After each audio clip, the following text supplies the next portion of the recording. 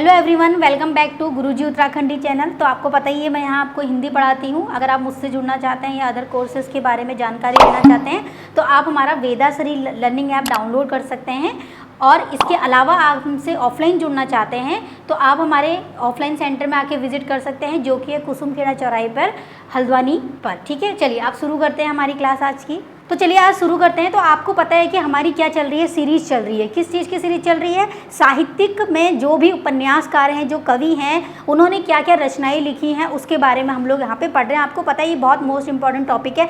बहुत ज़्यादा क्वेश्चन बनने लगे हैं अब साहित्य से। पहले तो व्याकरण ज़्यादा आती थी। ठीक है, तो यहाँ पर आज मैं जिनके बारे में बात करने वाली हूँ वो है मुंशी प्रेमचंद जी, जिनके बारे में हम लोग बचपन से बहुत ज़्यादा कहानियाँ सुनते आए हैं और इनसे हम बहुत ज़्यादा प्रेरित भी हुए हैं, है ना। तो मुंशी प्रेमचंद जी एक ऐसे व्यक्ति हैं जिनको आप में हर कोई अच्छे से जानते होंगे, क्योंकि हमने बचपन में इनकी बहुत सारी कहानियाँ किताबों में पढ़ी हैं। जैसे कि गोदान है, और सबसे फेवरेट जो होती थी हमारी दो बैलों की जोड़ी, वो कहानी इतनी अच्छी है, आप सब में बहुत सारे लोगों ने ये सुनी होगी।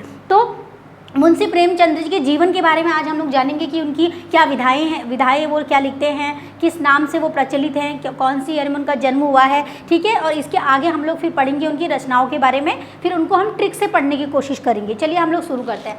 तो यहाँ देखो, सबसे पहले मुंशी प्रेमचंद जी का जन्म कब हुआ था इनके बारे में है। तो आप यहाँ पे देखेंगे, यहाँ पे मैंने जन्म लिखा है। इनका जो जन्म हुआ था वो हुआ था 31 जुलाई 1880 में। ठीक है, इनका जन्म हुआ था 31 जुलाई 1880 में हुआ था। और जो मैंने यहाँ लिखा है 8 अक्टूबर 1936, 8 अक्टूबर 1936 यह एक ऐसा दिन था जब इन्होंने इस दुनिया को अलविदा कह दिया था। तो इसका मतलब ये इनकी क्या है, मृत्यु की डेट है। तो आपको याद रखनी है कि 8 अक्टूबर 1936 में क्या हुआ था, इन्होंने दुनिया को अलविदा कह दिया था। और यहाँ पर 31 जुलाई 1880 को इनका जन्म हुआ था। ठीक है, अब कहाँ हुआ था इनका जन्म? वाराणसी में हुआ था। यहाँ लिखा है लम्ही एक क्षेत्र है, गाँव है, वहाँ वाराणसी में हुआ था, उत्तर प्रदेश में इनका जन्म। तो आप लोग को भूलना नहीं है।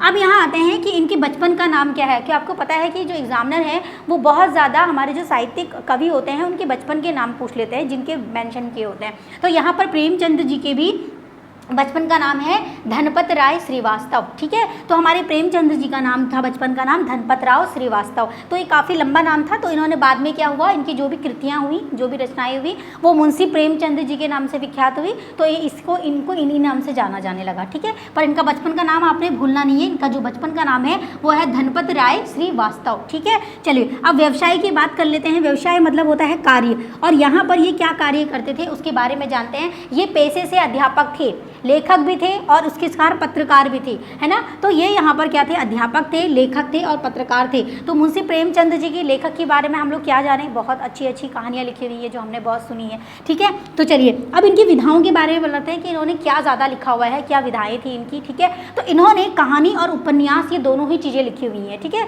कहानी और उपन्यास दोनों चीज़ें लिखी हैं, और कहानियाँ इनकी बहुत ज़्यादा हैं, करीबन 300 से ज़्यादा इनकी कहानियाँ मानी जाती है ना। तो ये इनकी कहानियाँ मानी जाती हैं। अब हम जानते हैं इनकी पर्सनल लाइफ में, अगर हम लोग जाने व्यक्तिगत नाम से, तो इनके माता जी का नाम क्या था ये भी जान लेते हैं। जो इनकी माता जी इनका नाम था आनंदी देवी। माता जी का नाम क्या था इनकी? आनंदी देवी, भूलना नहीं है। ठीक है, इनके पिताजी का नाम क्या था? इनके पिताजी का नाम भी पूछ लिया जा सकता है। इनके पिताजी का नाम था अजायब राय। ठीक है, इनके पिताजी का नाम क्या था? अजायब राय। तो ये आप लोगों ने भूलना नहीं है, इस तरीके से अजायब राय इनके पिताजी का नाम था, अजायब राय। और इनके बचपन का नाम क्या था? धनपत राय श्रीवास्तव बचपन का नाम था। और इनका जन्म कब हुआ था? 31 जुलाई 1880। ठीक है, चलो अब आगे चलते हैं। अगर इनकी पुरस्कार की बात की तो सीधी सी बात है, इतना अच्छा कुछ लिखा हुआ है तो कैसे पुरस्कार से नहीं हुआ। तो 11 पुरस्कार इनको मिले हैं, उनके आगे हम चर्चा करेंगे। अब यहाँ देखो 1880 में उनका पहला उपन्यास, क्योंकि ये क्वेश्चन पूछ लिया जाता है। एग्जामिनर आपसे क्या पूछते हैं? आपसे यही पूछते हैं कि पहला उपन्यास क्या था और आखिरी उपन्यास क्या था। इससे बहुत फोकस रहता है। तो आपको सबके पहले और आखिरी उपन्यास पता होने चाहिए। बाकी मैं आपके उपन्यास और कहानियाँ ट्रिक से बताने की कोशिश करूँगी आगे चल के। तो इनका जो पहला उपन्यास था वो 1880 में आया था, 1918 में आया था। और यहाँ पर कहीं पर आपको 1919 भी दिया होगा, है ना। तो यहाँ पे मैंने लिखा हुआ है 1918 में उनका पहला जो उपन्यास आया था वो क्या आया था? सेवा सदन आया था। लेकिन सेवा सदन से पहले भी, मैं यहाँ पे लिख देती हूँ, सेवा सदन से पहले भी यहाँ पर एक आया था बाजारे हुस्न।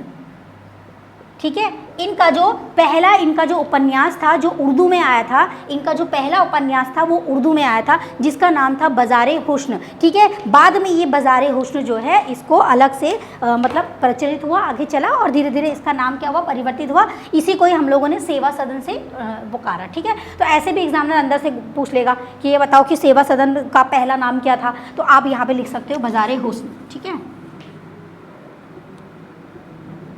ये पहला उपन्यास है किसका, उर्दू। ठीक है, उर्दू क्या था, बाज़ारे हुस्न।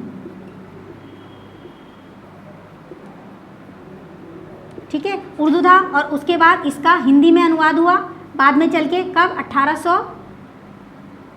1918। ठीक है, 1918 में अनुवाद हुआ क्या, सेवा सदन। तो आप लोगों ने ये भूलना नहीं है। ठीक है, तो ये हो गया हमारा बाज़ारे हुस्न। चलो अब आगे चलते हैं, ये बात इतनी क्लियर हो गई। अब हमने इनको उपन्यास पढ़ लिए। अब यहाँ पे आपको पता है कि मुंशी प्रेमचंद जी जो थे ये बहुत ही फेमस व्यक्ति थे। इन्होंने बहुत अच्छी अच्छी कहानियाँ लिखी हुई हैं, बच्चों को बहुत ज़्यादा वो कहानियाँ प्रेरित करती थी। तो इसी तरीके से उत्तर प्रदेश हिंदी संस्थान द्वारा इनके नाम से क्या होता है, एक सम्मानित जो बच्चे होते हैं, जो लोग होते हैं, जो लेखक होते हैं, जो कवि होते हैं, जो साहित्य में अच्छा प्रदर्शन करते हैं, साहित्य में अच्छा प्रदर्शन करने वालों को मुंशी प्रेमचंद जी के नाम से एक पुरस्कार दिया जाता है। ठीक है, और यहाँ पे लिखा है मैंने उत्तर प्रदेश हिंदी संस्थान द्वारा, ठीक है, किसी को क्या दिया जाता है, एक साहित्यिक पुरस्कार दिया जाता है हमेशा। ठीक है, जो साहित्य में अच्छा प्रदर्शन करते हैं। इसके अलावा जो साहित्य में अच्छा प्रदर्शन करते हैं उनको जो प्रेमचंद स्मृति पुरस्कार मिलता है, इस पुरस्कार के साथ उन्हें और भी बहुत सारी मिलती है। उनको क्या मिलता है, स्मृति चिन्ह मिलता है। क्या मिलता है,